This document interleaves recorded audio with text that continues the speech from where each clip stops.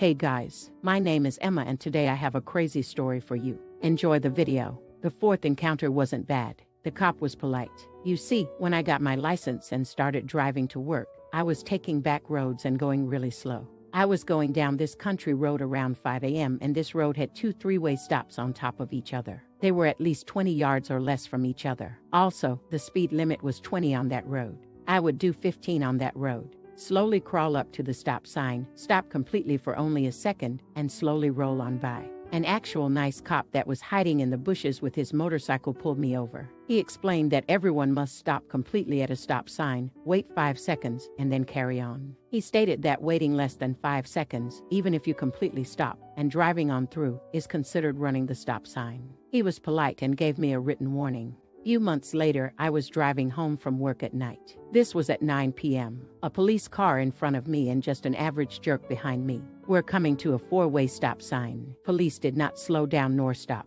Instead, they sped up, probably past the speed limit, and ran through the stop sign. I stopped completely, took about 5 seconds to make sure it was safe, and drove on by. The jerk behind me was honking their horn, riding my tail, and went through the stop sign. This jerk was wiggling with evil and being impatient. Few minutes down the road and I notice a police vehicle start to speed towards me. I and the jerk behind me pulled over. I thought he was going to fly by in an emergency. He pulls behind my vehicle at high speed. His car barely kissed the rear of mine. This cop leaps out of his vehicle, runs up to mine in less than a second, pounding on my window. I pass him my license and registration, then ask what I have done. He looks at my license and says, "Is this address correct?" I informed him that I have recently moved since getting that license and the new address is in the back.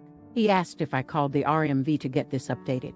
I replied that the RMV told me to place a sticker on the back with the new address because they do not update licenses. He first accused me of lying and then stated that as soon as someone moves to a new location, they must get a new license with that address. By the way, this cop was young, like early 20s, and had a very rude, unprofessional attitude. He went back to his vehicle and brought me a ticket for $120 for running the stop sign because he saw that I received a warning a few months back from another cop. He said at high speed and in less than a minute, I can go online or RMV to pay it and mail it in with this envelope that he gave me to appeal it. Then he said that he doesn't care what I do with it. He quickly ran back to his vehicle and started driving down the road at high speed. I did not get a chance to ask any questions nor talk with him. I was going to pay it and say fine. First, all my friends and family demanded that I appeal it, since I did nothing wrong and that it was wrong of him to do. So I started the appeal process. Second, I don't think dash cam exists yet. But I started taking my small camera that could record up to an hour and setting it up in the front of my car like a dash cam. Except, I would keep it hidden so people couldn't see it. 2 months later, I got the court date. When it was the final day for court, I went in with a suit and tie. My goal was to plead not guilty, tell my story, and hope for the best. Well, the cop did not show. The court called the cop's police station and the chief answered. Supposedly, the cop was dead. Not sure of the story, but rumors stated that the cop was killed by someone he was after. Some criminal or something was lucky enough to take him out. Without the cop, the judge heard my case and appealed the ticket. I am the type that will feel bad and sad when someone dies. But I was wiggling out of joy thinking how lucky this was. Hey guys, let me know in the comments what you're thinking about this story. Lazy teacher equals LT. My boyfriend equals BF. Fellow classmate equals FCM. In our sophomore year of high school, me and my BF had history classes but right across from each other. My teacher was pretty chill and I was okay in that class. I'm bad at history. However, my BF's teacher was the opposite. He would always tell me that she was lazy, useless, unprofessional, and that she basically didn't care that she was a teacher. And that the only time she cared about her job in talking to students was to either dress code them for the dumbest details or to just belittle them in front of their face. My BF is really good at history, and it was a surprise that he was always failing her class. He told me that every time someone needed help or asked about their grades, she would ignore them or tell them solve it on your own. This went on for the entire year. My BF and many other students had to stay after school to attempt to get their grades up and even went to Sarah school. Many parents and students complained and reported her to the administration, but our school is the type of school to handle it not too well. Every time someone would report her, they would basically just say go fuck yourself and handle that on your own. Naturally, many people would give up and just deal with crappy grades. Many kids would try to switch out of her class, but the school's counselors would either help or shove the students off and make them keep the class. My BF and everyone that had her class absolutely despised her and hated her with good reasons. It was even to a point that I even hated her because she would treat every student she came across like that. Well, one day my BF was stressed and mad because of a conversation he had with her. It went something like this. BF, why am I failing this class? LT, because I don't care about my job. BF, well, me and other kids need to pass this class for our credit. LT, that's not my problem. FCM, but that's not fair. This is our grades and credits on the line. LT, life's not fair, kid. FCM, why are you even a teacher if you don't care? LT, cause it pays and it's easy to not do crap. After that, the teacher walks off. My BF and FCM are just pissed and confused, and they just talk about her and try to help each other with their grades. Students have had similar conversations like this with her. Well, fast forward to the end of the year. The month before we left, a parent demanded an investigation into this teacher by the school administration, or else she would pull her kid out of that school. This was a big deal to our school because our school gets money for every kid that's there. And losing a kid means losing money. And the counselors talked to kids about grades, and they found out that everyone that had LT class was failing. The counselors obviously brought this up to the administration's attention. After this, the administration did start an investigation. They called students up in the office one by one to discuss the teacher and their grades. Then when they called up my BF, they discussed everything they had to do, but my BF had also informed them of her dress coding kids for no reason, how she does not care for her job, and how she talks down to them and makes them feel like crap or dumb. They also discussed the conversation they had with FCM. After they were done, they called up the hero to the office and talked to him. He came back and found out FCM was a straight A student and has always been since freshman year. The office saw this and found it strange that every kid was failing her class even in the rest of her class periods. So this continued until every student had been called up. The last week of school came and the administration came into the class to call her out to the hallway. She went into the hallway and got chewed out. They called her out on everything she did to the kids, and later on I heard that teachers even made reports on her for not doing her job properly and creating a toxic education environment for the students. Keep in mind, everyone in the class could hear them talking to her. And the grand final words, "You're fired." I remember my BF telling me that everyone grinned from ear to ear when justice was served. The last thing they dealt with was when she went back in the room to collect her things. Students were laughing and making comments like, "Will you help us with our grades now? Where are you going? Did you learn your lesson?" I think she cares about her job now. What job? It was, I guess, cruel, but I say it was well deserved. Hey guys, if you're enjoying the video, don't forget to drop a like. So I was raised in a fundamental Muslim household, Salafi Islam, my entire life, and it wasn't until my early 20s that I was able to escape the clutches of that religion. My upbringing was quite restrictive. I was forced to wear hijab at the age of 8. Really, I was manipulated into asking for it, and that was held against me for over a decade. I was also forced to attend Dugsi, which is essential sat. Some religious classes where you're forced to memorize the Quran in Arabic, not my native tongue BTW, and if you faltered or made too many mistakes, you would be beaten by a stick.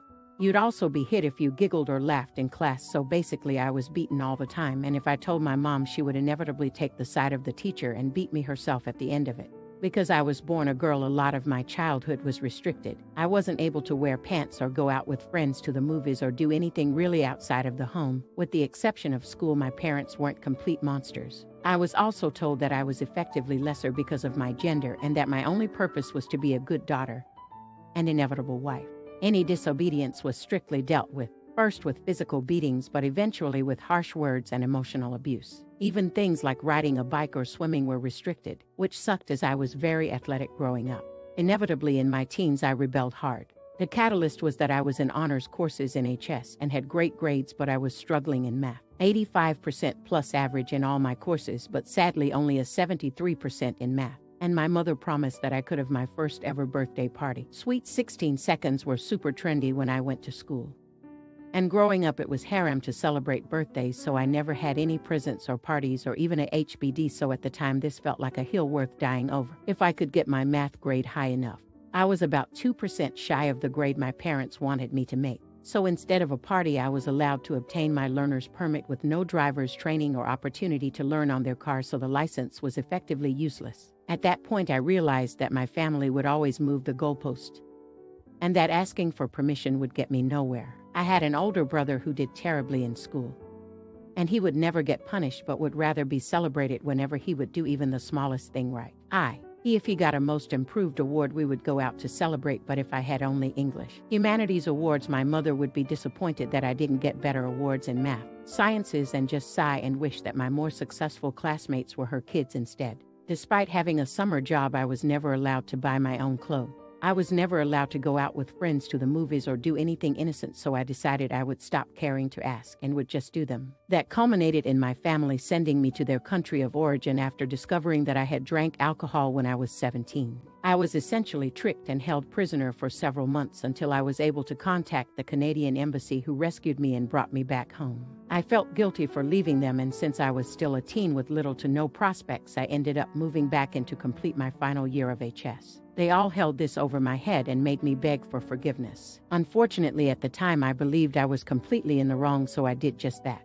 Fast forward a year later, I was attending a local university, met my now husband, and moved out with him by 20. They were okay with this because he was also from a Muslim background despite not being raised in a religious household at all. I truly believe that I wouldn't have gotten married so young if I didn't have such a religious family, and whilst I am still very much in love and in a happy marriage, it could have gone far worse, and I could have trapped myself in an abusive relationship. Would never recommend my future children to marry so young, as not everyone's story ends up as happily as mine did. By the time I hit 23, I had lived away from home for 3 years and had slowly been cutting my family out of my life.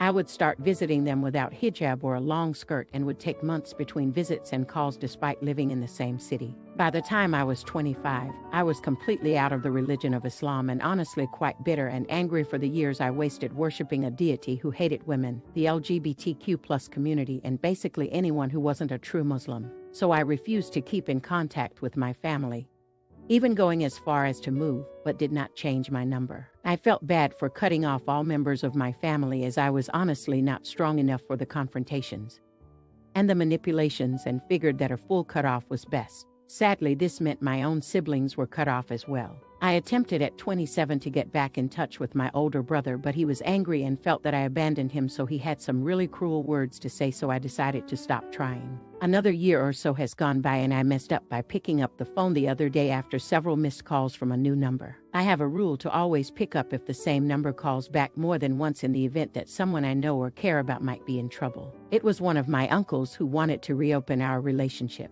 This uncle was one that was a bit of a kindred spirit and felt more human in a sense. He wasn't as religious as the rest of them and understood how strict our family was. He mentioned how my parents are aging and that they are incredibly sad to not be in contact with me, and that I was always the favorite. Why I'm being called the favorite now, because I know for a fact that my older brother was given more freedom and less responsibility growing up. But I cannot help but feel so guilty since they are getting older and there is so much economic uncertainty in Canada at the moment. I'm struggling to decide whether to continue estrangement, knowing that my parents are sad and want to see me again. My uncle says that I'll be haunted by this decision later on in life if I do not reconcile with them now. But it's hard to want reconciliation with people who I know for a fact haven't changed. Islam is really a poison, and it ruined our relationship.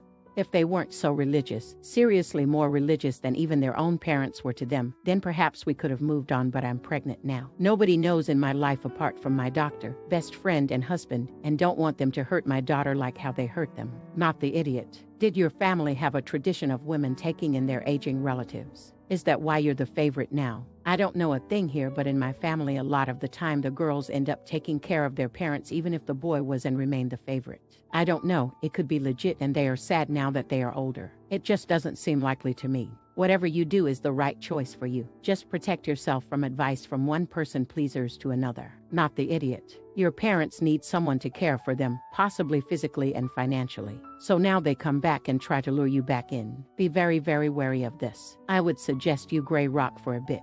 I bet they'll come out with it soon enough. Hey guys, thanks for watching, and if you enjoyed, don't forget to like and subscribe.